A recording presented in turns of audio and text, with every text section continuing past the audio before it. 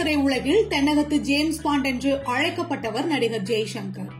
எம்ஜிஆர், சிவாஜி இருந்த காலகட்டங்களிலேயே தனக்கென்று ஒரு தனி பாதையை அமைத்துக் கொண்டு அவருக்கென ஒரு தனி ரசிகர் கூட்டம், தனித்துவமான நட்சத்திர அந்தஸ்து பெற்று தமிழ் திரையுலகில் வலம் வந்த இவர் இன்றளவும் பலராலும் ரசிக்கப்படக்கூடிய நடிகராக பார்க்கப்படுகிறார். 1965 தனது திரைப்பயணத்தை தொடங்கிய ஜெய்சங்கர் சிறந்த ஆக்ஷன் ஹீரோவாகவும், பல பெண்கள் விரும்பும் காதல் கதாநாயகனாகவும், ஒரு சமயம் தமிழில் நிறைய கௌபாய் வேடங்களிலும் நடித்துள்ளார். இது தவிர அந்த காலத்திலேயே ஜேம்ஸ் பாண்ட் படங்களுக்கு நிகரான சஸ்பென்ஸ் த்ரில்லர் படங்களில் நடித்த ஒரே நடிகரும் இவர்தான். மேலும் திரைப்பட நடிகரான இவர் பல ஏழை மக்களுக்கு எந்த ஒரு பிரதிபலனும் இல்லாமல் பல உதவிகளை செய்துள்ளதோடு பல சமூக நலத்திட்ட உதவிகளையும் தொடர்ந்து செய்து வந்துள்ளார். இப்படி பல பெருமைகளையும் தனித்துவமான சிறப்புகளையும் பெற்ற நடிகர் ஜெய்சங்கர் குறித்த அறியப்படாத 20 தகவல்களை தான் நாம் இந்த வீடியோவில் பார்க்க போறோம். சென்னையைச் சேர்ந்த ஜெய்சங்கர் விவேகானந்தா கல்லூரியில் படித்துக் கொண்டிருந்த போது கல்லூரி யூனியன் செயலாளராக இருந்துள்ளார்.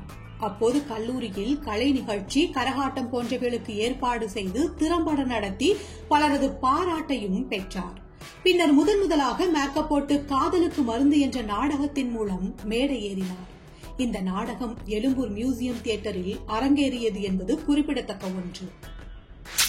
திரைப்பட நடிகராவதற்கு முன்பு ஜெய்சங்கர் நடித்த ஒரு நாடகத்தை பார்க்க அப்போதைய சூப்பர் ஸ்டாராக இருந்த மக்கள் திலகம் எம்ஜிஆர் அவர்கள் வந்திருந்தாராம். அவரை எப்படியும் கவர்ந்துவிட வேண்டும் என்று ஜெய்சங்கர் ஆவலுடன் நினைத்துக் கொண்டிருக்கவே அன்று நடிக்கவிருந்த நாடகத்தில் ஜெய்சங்கருக்கு ராஜா வேடம் கொடுக்கப்பட்டதாம்.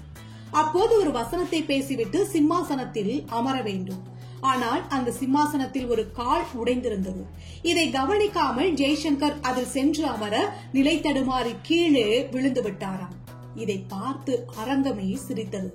சட்டென்று சுதாரித்துக் கொண்ட ஜெய்சங்கர் சமயோஜிதமாக அவையை பார்த்து இப்படி சொன்னாராம்: என்னை எப்படியாவது வீழ்த்திவிட எதிரிகள் செய்யும் சூழ்ச்சிகளில் இதுவும் ஒன்று, நான் அஞ்ச மாட்டேன் என்று.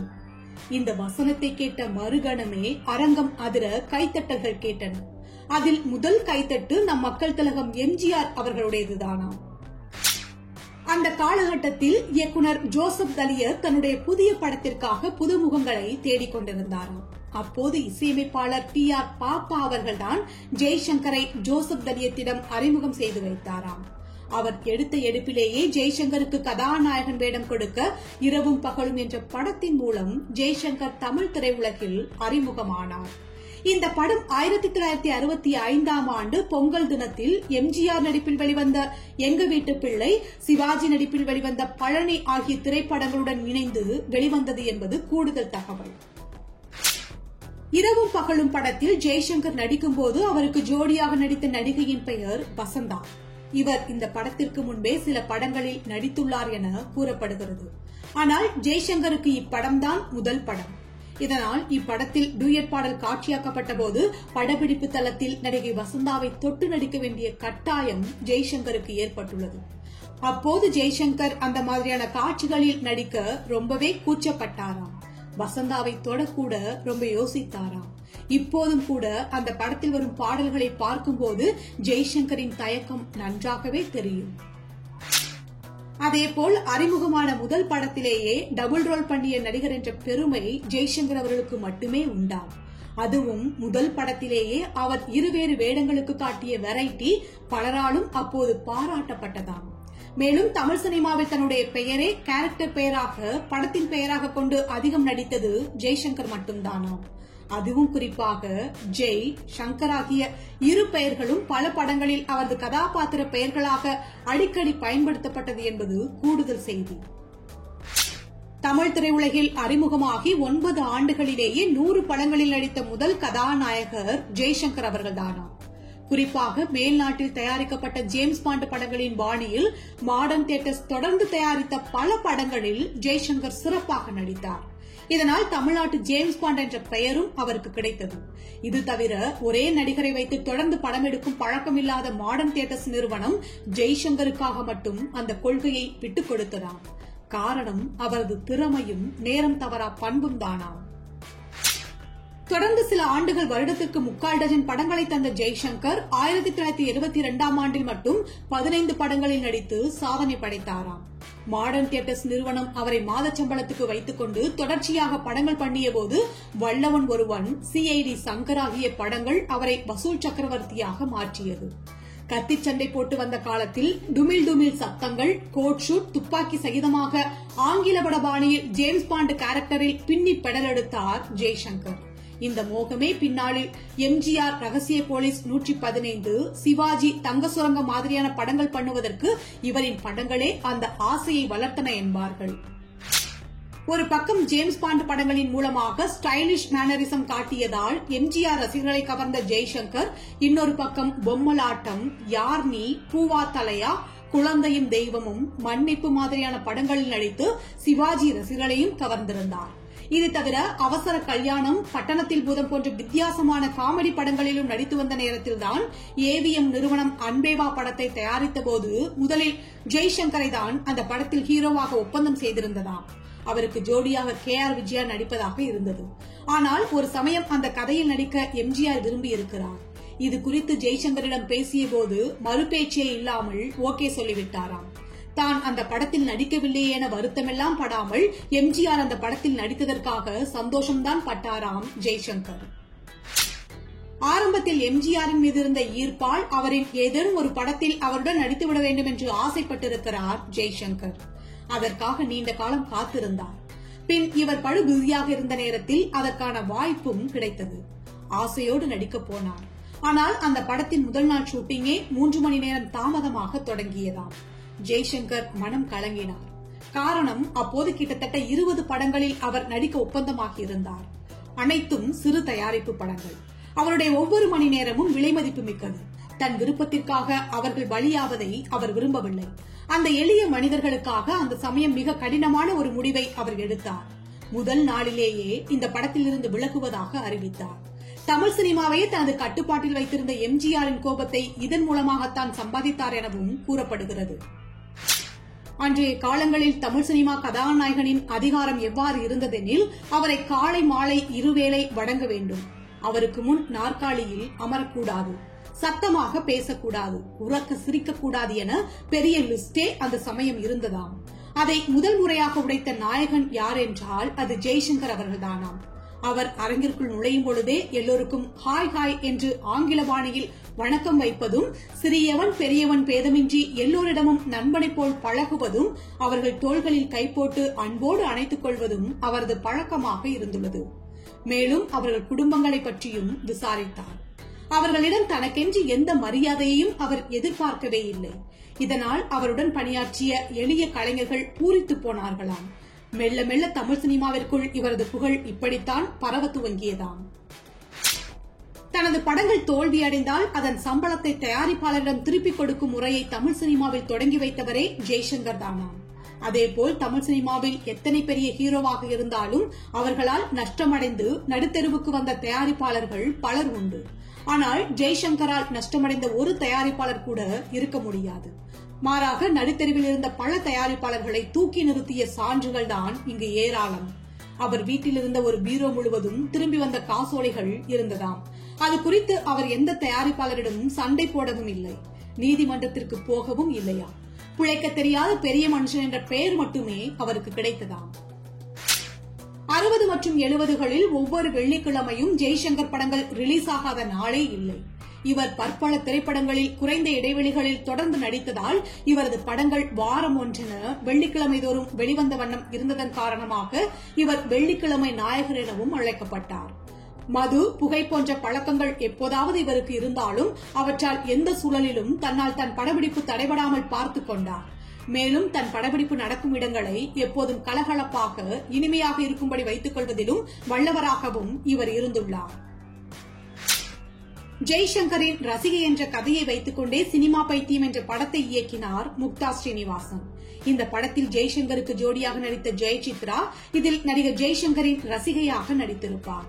இதுவும் வேறெந்த நடிகருக்கும் கிடைக்காத சாதனைதான். ஏனெனில் திரைப்பட மாயைகளை உணர்ந்தும் சினிமா பைத்தியம் படத்தில் நாயகனாக நடித்து பாமர மக்களுக்கு திரைப்படத்தின் போலி பிம்பங்களை உணர்த்திய முதல் நடிகரும் நேர்மையான நடிகரும் ஜெய்சங்கர் தானாம். கிட்டத்தட்ட 150 படங்களுக்கு மேல் கதாநாயகனாக நடித்துள்ள நடிகர் ஜெய்சங்கர் அவர் நடிக்க வந்த சில காலங்களிலேயே கலர் திரைப்படங்கள் வரத் தொடங்கிவிட்டனவாம். இருப்பினும் இவர் நடித்த 95% படங்கள் கருப்பு வெள்ளை படங்களாகவே இருந்தன. காரணம் அனைத்தும் சிறு தயாரிப்புகள். இவர்களுக்காக தொடர்ந்து தன்னை பலி கொடுத்துக் கொண்டே இருந்தார் ஜெய்சங்கர். தமிழ் சினிமாவில் எம்ஜிஆர் மட்டும் வள்ளல் அல்ல, ஜெய்சங்கரும் தான். இருவருக்கும் உள்ள ஒரே வித்தியாசம், எம்ஜிஆர் அவர்கள் எல்லோராலும் எளிதில் நெருங்க முடியாத ஒரு உயரத்தில் இருந்தார். ஆனால் ஜெய்சங்கர் எல்லோராலும் எளிதில் நெருங்கக்கூடிய ஒரு இடத்தில் இருந்தார். இதுவே அவரது புகழுக்கும் நற்பெயருக்கும் காரணமாகவும் இருந்துள்ளது. சங்கர் என்ற இயற்பெயர் கொண்ட இவருக்கு இவரது முதல் திரைப்படத்தின் இயக்குனர் ஜோசப் தலியத் அவர்கள்தான் ஜெய்சங்கர் என்ற பெயரை வைத்துள்ளார். அத்தகைய இயக்குனர் ஒரு கட்டத்தில் பொருளாதாரத்தில் நலிந்து திரைத்துறையில் இருந்து ஒதுங்கியிருந்த போது இதை அறிந்த ஜெய்சங்கர் தன்னை சினிமாவில் அறிமுகம் செய்தவருக்கு உதவ வேண்டும் என முடிவெடுத்தார். அதன்படி ஜோசப் வீட்டிற்கு சென்று உங்களுக்கு என்னால் முடிந்த உதவி செய்ய விரும்புகிறேன் என்றார். அவரோ எனக்கு எந்த உதவியும் தேவையில்லை, நான் நன்றாகவே இருக்கிறேன், உனக்கு உதவ வேண்டுமெனில் என்னுடன் வா என்றவர் ஒரு ஆதரவற்றோர் இல்லத்துக்கு அழைத்துச் சென்றார். ஜெய்சங்கரும் அங்கிருந்த குழந்தைகளுக்கு உதவினார். அன்று மட்டுமல்ல, தனது வாழ்நாளில் நடந்த எல்லா முக்கிய நிகழ்ச்சிகளையும் அந்த கருணை இல்லத்தில் தான் நடத்தினாராம் ஜெய்சங்கர். திருமண நாள், பிறந்த நாள் என தான் சம்பந்தப்பட்ட எந்த ஒரு விசேஷம் என்றாலும் அதை ஆதரவற்றோர் மற்றும் அனாதை இல்லங்களில் கொண்டாடுகிற வழக்கம் நடிகர் ஜெய்சங்கருக்கு உண்டு. அனாதை குழந்தைகளுக்கான விருந்தை தனக்கு தெரிந்த பிரபலமானவர்களை கூப்பிட்டு அவர்கள் கைகளால் பரிமாற வைப்பார். எல்லா செலவுகளையும் நீங்க பண்ணிட்டு அதையே அவங்க கைகளால் தர சொல்றீங்க என்று ஒரு நண்பர் கேட்டபோது, நான் கூப்பிட்டு வருகிற பெரிய மனிதர்கள் யாரும் இந்த மாதிரி இடங்களுக்கு இதுவரை வந்திருக்க மாட்டாங்க, அதனால இது ஒரு வாய்ப்பா இருந்து இந்த உதவி அவங்கள சிலர் மனதை தொட்டா போதும், நாளைக்கு அவங்களும் இது மாதிரி உதவிகளை செய்ய முன் வருவாங்க, என் முயற்சி அதற்கு ஒரு தூண்டுதலாக அமையும் இல்லையா, அதுக்காகத்தான் என்றாராம் ஜெய்சங்கர். ஜெய்சங்கர் தனது 100வது படமான இதயம் பார்க்கிறது என்ற படத்தில் கண் பார்வை இழந்தவர் வேடத்தில் நடித்து இருப்பார். அப்போது தனது குழந்தைகளில் ஒருவரை கண்டாக்டருக்கு படிக்க வைக்க வேண்டும் என்று ஆசைப்பட்டாராம். அதன்படி பெரிய மகன் விஜய் சங்கரிடம் கண்டாக்டருக்கு படிக்க வேண்டும் என்று கேட்டுக்கொள்ள அவ்வாறே அவரும் படித்து கண்டாக்டர் ஆனார். பிறகு ஜெய்சங்கர் அவரை கட்டியணைத்து, நான் திரைப்படத்துறையில் பண்றது ஒன்றுமில்லை, நீ என்னை விட பெரிதாக சாதிச்சிட்டே என்று கூறி சந்தோஷப்பட்டாராம். மேலும் படிச்சது பெருசில்ல, நீ என்னை போலவே பலருக்கும் உதவி செய்யணும் என்று மகனை கேட்டுக்கொள்ள அவ்வாறே இன்றும் தன் தந்தை பிறந்த நாள், திருமண நாள் மற்றும் விசேஷ நாட்களில் இலவசமாக பலருக்கும் கண்ணறுவை சிகிச்சை செய்து வருகிறார் அவரது மகன் டாக்டர் விஜய் சங்கர். பலமுறை ரத்த தானம் செய்துள்ள நடிகர் ஜெய்சங்கர் ஒரு முறை ரத்த தானம் செய்த கையோடு படப்பிடிப்பிற்கு வந்து சோர்வால் மயங்கி விழுந்து விட்டாராம். முதலில் காரணம் யாருக்கும் தெரியாமல் பயந்துவிட, பிறகுதான் தெரிந்தது தன்னால் படப்பிடிப்பு தாமதமாகி தயாரிப்பாளர் பாதிக்கப்படக்கூடாது என்று கருதி ரத்த தானம் செய்தவுடனே வந்து ஜெய்சங்கர் நடித்த விபரம். இதை கேட்ட படக்குழுவினர் அனைவரும் சிலிர்த்து போயினராம். தன்னிடம் பணியாற்றிய பணியாளர்களுக்கு வீடு கட்ட உதவுதல், திருமண செலவு தொகை தருதல், மருத்துவ செலவுகளை செய்தல், அவர்களின் பிள்ளைகளின் படிப்பு செலவுகளை ஏற்றல் உள்ளிட்ட எண்ணற்ற உதவிகளை விளம்பரமில்லாமல் செய்தவர் நடிகர் ஜெய்சங்கர். இதனாலேயே இவருடைய பல உதவிகளின் விவரங்கள் வெளிவராமலவே போய்விட்டனவாம். அந்த வகையில் எஸ். ஏ. சந்திரசேகரின் இயக்கத்தில் 8 படங்களில் நடித்துள்ள ஜெய்சங்கர் இயக்குனருடன் நல்ல நட்பை கொண்டுள்ளார். அவர்களின் நட்பின் பல்வேறு கதைகளில் ஒன்றாக ஒருமுறை எஸ். ஏ. சந்திரசேகர் தனது மனைவி மற்றும் மகன் விஜயுடன் ஸ்கூட்டரில் சாலையை கடப்பதை பார்த்த ஜெய்சங்கர் மிகவும் வருந்தினாராம். இதனைத் தொடர்ந்து ஜெய்சங்கர் ஒருநாள் அவரை அழைத்து தனது கார்களில் ஒன்றை எடுத்துக் கொள்ளுமாறு இயக்குநரிடம் கோரிக்கை வைத்தாராம். ஆனால் எஸ். ஏ. சந்திரசேகர் அதை இலவசமாக எடுக்க விரும்பவில்லையாம். அப்போது ஜெய்சங்கர் விஜயின் தந்தையிடம் காரை எடுத்து உங்களால் எப்ப முடியுமோ அப்போ தவணை முறையில் பணத்தை செலுத்துமாறு கூறியுள்ளார். உடனே அவரது கோரிக்கையை ஏற்றி எஸ். ஏ. சந்திரசேகர் காரை வாங்கினாராம். கதாநாயகனாக நடித்த காலத்தை விட வில்லனாக நடித்தபோதுதான் அதிக சம்பளத்தை, அதுவும் முழுமையான சம்பளத்தை பெற்றாராம் ஜெய்சங்கர். ஒரு சமயம் நடிகர் சிவகுமாரிடம் மனம் விட்டு அவர் பேசியபோது, ஒரு படம் கூட சொல்லிக்கிற மாதிரி பண்ணாம விளையாட்டாவே காலம் தள்ளிட்டேண்டா சிவா என்று கூறி வருந்தினாராம். வாழ்க்கையின் ஒரே ஆதங்கத்தை அவரது கடைசி காலத்துல இப்படித்தான் என்னிடம் சொன்னார் என சிவகுமார் ஒரு பேட்டியில் கூறிய போது, அது கூட தேவையில்லைன்னு இப்ப எனக்கு தோணுது. கவுபாய், டிடெக்டிவ் பாணி படங்களுக்கு தமிழ்ல ஜெய்சங்கர் மட்டும்தான் ஒரே ஒரு ரெஃபரன்ஸ். அந்த கதாபாத்திரங்களில் அவரோட பிம்பத்தை இன்னும் யாரும் தாண்ட முடியல என கூறி நிகழ்ந்தாராம். இது போன்ற சுவாரஸ்யமான தகவல்களை தெரிஞ்சுக்கிறதுக்கு எங்களோட சேனலை சப்ஸ்கிரைப் பண்ணுங்க. மறக்காம ஷேர் பண்ணுங்க.